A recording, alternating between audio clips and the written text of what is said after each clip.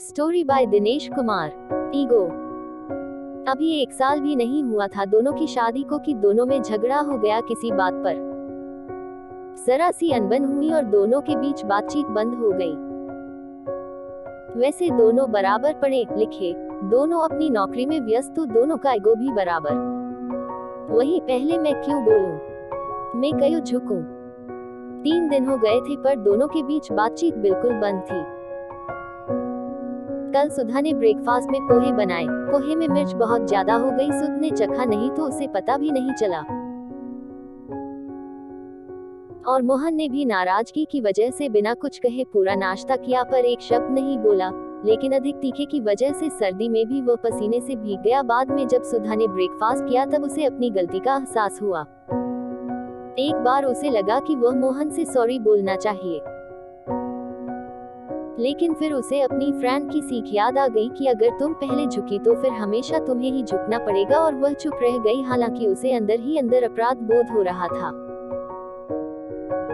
अगले दिन संडे था तो मोहन की नींद देर से खुली। घड़ी देखी तो 9 बज गए थे। उसने सुधा की साइड देखा, वह अभी तक सो रही थी। वह तो रोज जल्दी उठकर योगा करती है। मोहन ने सोचा, खैर मुझे क्या। उसने किचन में जाकर अपने लिए नींबू पानी बनाया और न्यूज़पेपर लेकर बैठ गया। 10 बजे तक जब सुधा नहीं जगी तब मोहन को चिंता हुई। कुछ हिचकते हुए वह उसके पास गया। सुधा, 10 बज गए हैं, अब तो जगो।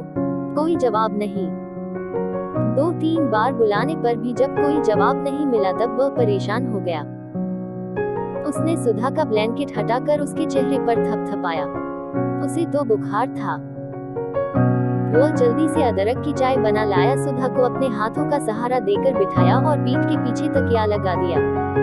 उसे चाय दी। कोई दिक्कत तो नहीं कप पकड़ने में, क्या मैं पिला दूं? मोहन के कहने का अंदाज में कितना प्यार था यह सुधा फीवर में भी महसूस कर रही थी। मैं पी लूंगी, उसने कहा। मोहन भी बेड पर ही बैठकर चाय पीने लगा। इसके बाद तुम आराम करो, मैं मेडिसिन लेकर आता हूँ। सुधा चाय पीते पीते भी उसे ही देख रही थी। कितना परेशान लग रहा था, कितनी परवाह है मोहन को मेरी। कहीं से भी नहीं लग रहा कि 3 दिन से हम एक दूसरे से बात भी नहीं कर रहे और मैं इसे छोड़कर मायके जाने की सोच रही थी। कितनी गलत थी मैं। क्या हुआ? मोहन ने उसे परेशान देख पूछा। सिर में ज्यादा दर्द तो नहीं हो रहा? आओ मैं सहला दूं। नहीं मोहन, मैं ठीक हूँ। एक बात पूछूं?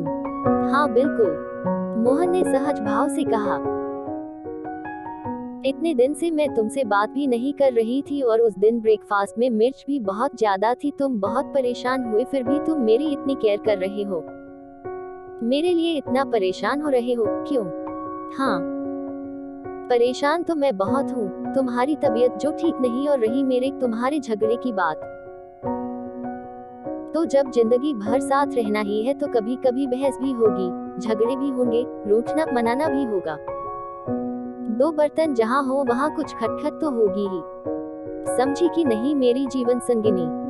सही कह रहे हो। कहते हुए सुधा मोहन के गले लग गई।